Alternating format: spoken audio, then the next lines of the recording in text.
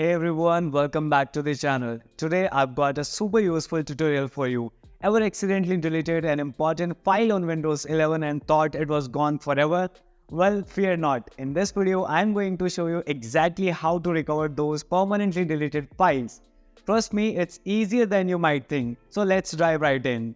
If you deleted a file normally, you can find it in the recycle bin, but if you deleted a file permanently, you cannot recover them from the recycle bin.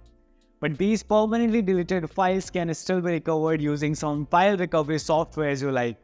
Personally, I use advanced file recovery software as this has been the most reliable one of all the data recovery softwares I have tried till now.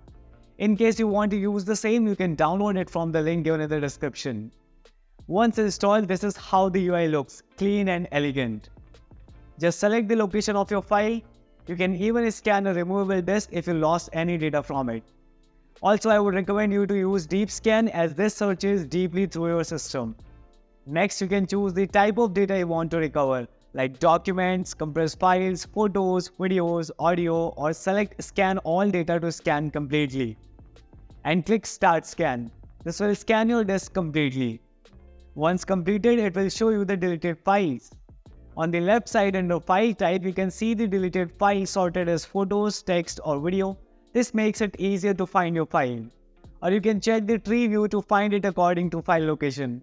You can even preview the files here. Just select the file and click Recover Now.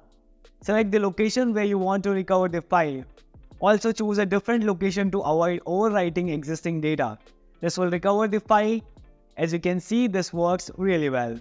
And that's it. Like the video if it helped you recover your deleted files from Windows 11, and don't forget to subscribe to our channel.